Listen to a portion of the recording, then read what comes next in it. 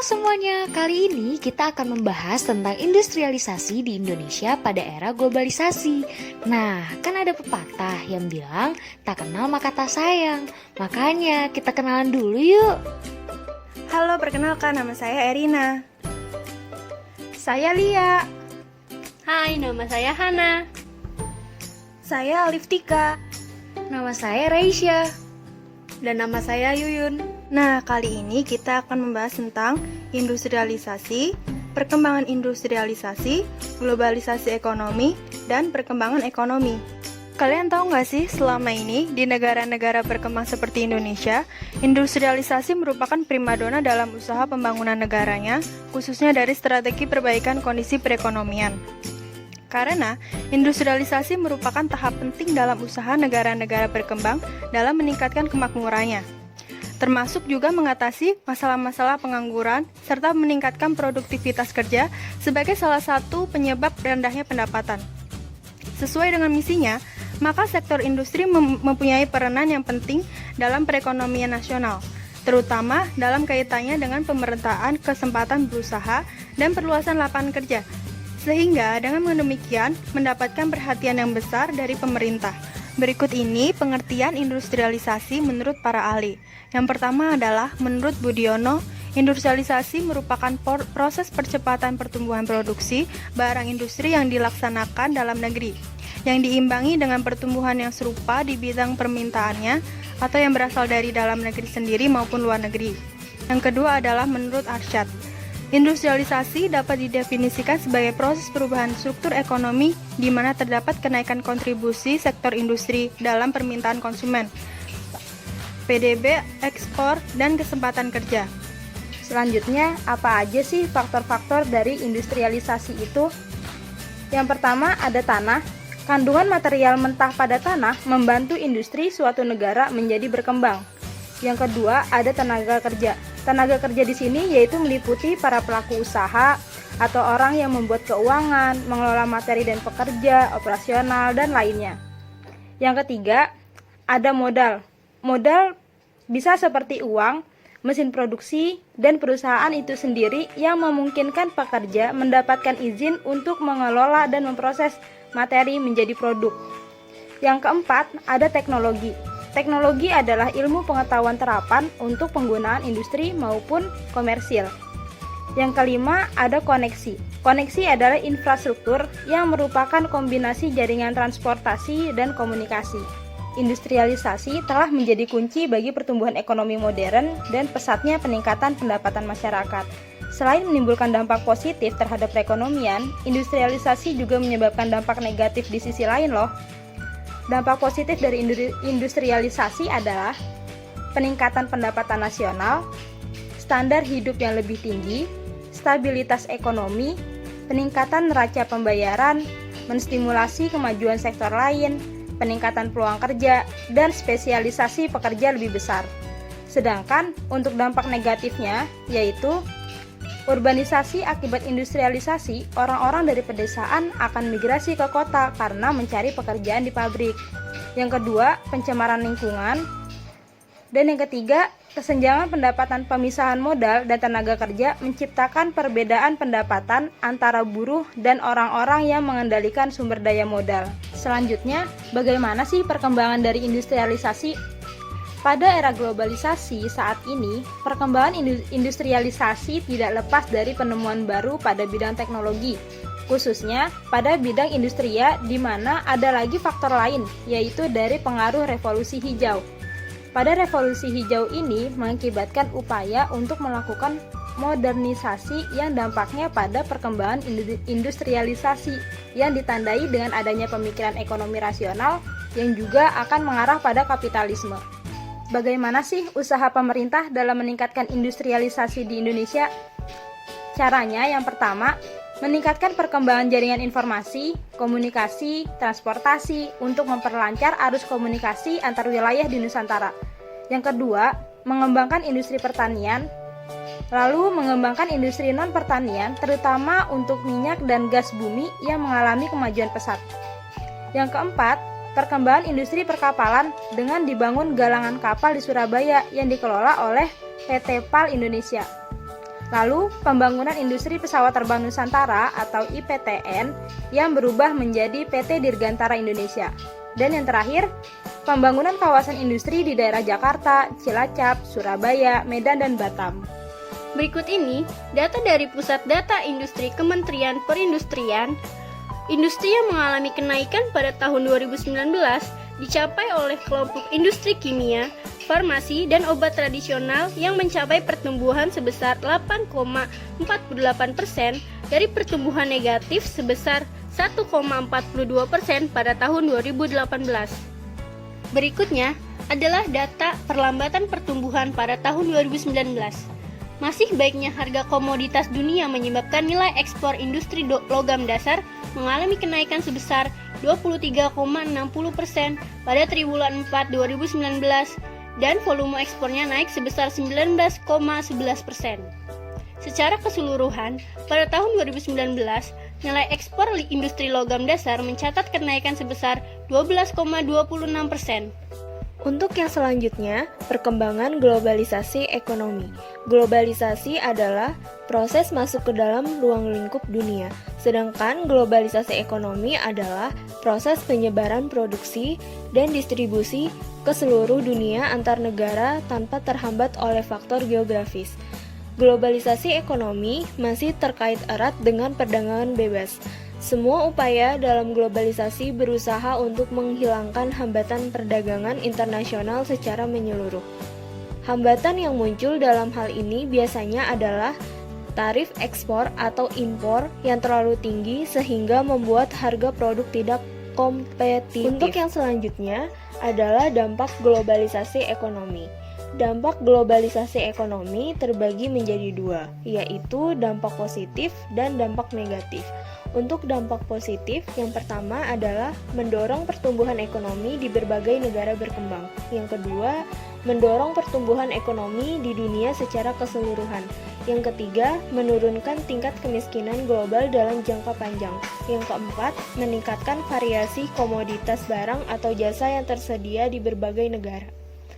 Untuk dampak negatif, yang pertama adalah meningkatkan ketimpangan pendapatan, yang kedua mengurangi tingkat keamanan pekerjaan, yang ketiga meningkatkan ketidakstabilan dan ketidaksensitifan ekonomi, dan yang keempat adalah kerusakan lingkungan di tingkat dunia. Pengaruh globalisasi ekonomi terhadap bisnis dunia. Pengaruh yang paling besar dapat dilihat dari ekspor, impor, investasi, dan tenaga kerja. Berkat globalisasi ekonomi, Indonesia dapat menjual produk dalam negeri ke luar negeri melalui kegiatan ekspor. Dari data yang dirilis oleh Badan Pusat Statistik atau BPS, pada Agustus 2019, tercatat nilai ekspor Indonesia Agustus 2019 mencapai US dollar 14,28 miliar. Perdagangan yang mendunia juga membuat Indonesia lebih mudah mendapatkan barang yang sayangnya belum tersedia di Indonesia melalui kegiatan impor. Selanjutnya yaitu perkembangan perekonomian Indonesia, di mana Indonesia tumbuh melambat pada triwulan 4 tahun 2019 sebesar 4,97% year on year. Secara struktural, tidak banyak perubahan yang terjadi pada sektor unggulan Indonesia. 3 sektor terbesar masih terdiri dari sektor industri pengolahan, sektor perdagangan, dan sektor konstruksi. Pertumbuhan triwulan 4 ini ditopang oleh seluruh lapangan usaha, terutama sektor industri pengolahan. Nah, kalau kondisi ekonomi Indonesia saat ini dibandingkan ketika menghadapi krisis, yaitu secara umum kondisi perekonomian Indonesia saat ini cukup baik karena hanya tinggal satu indikator yang masuk ke lampu kuning, yaitu neraca transaksi berjalan yang masih negatif atau mengalami defisit.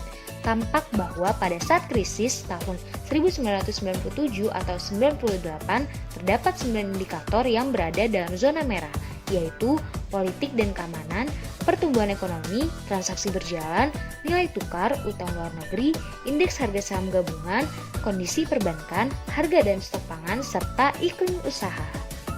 Kira-kira bagaimana sih proyeksi perekonomian Indonesia?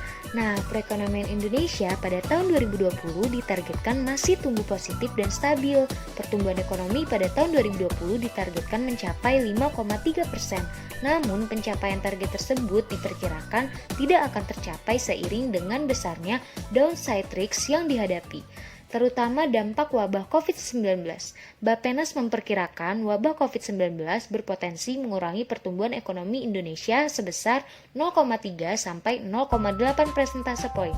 Dampak tersebut diperkirakan bisa lebih besar jika wabah COVID-19 meluas menjadi pandemi di tingkat global. Meski diperkirakan tumbuh menguat, perekonomian Indonesia masih dibayangi risiko negatif yang dapat memicu rendahnya realisasi pertumbuhan ekonomi dari perkiraan. Selanjutnya yaitu perekonomian Indonesia sebelum pandemi COVID-19. Pada tahun 2019, perekonomian Indonesia masih dapat tumbuh 5,02%, lebih rendah dibanding capaian tahun 2018 sebesar 5,17%. Dari sisi produksi, pertumbuhan tertinggi dicapai lapangan usaha jasa lainnya sebesar 10,55%. Dari sisi pengeluaran, pertumbuhan tertinggi dicapai oleh komponen pengeluaran konsumsi lembaga non-profit yang melayani rumah tangga sebesar 10,62%.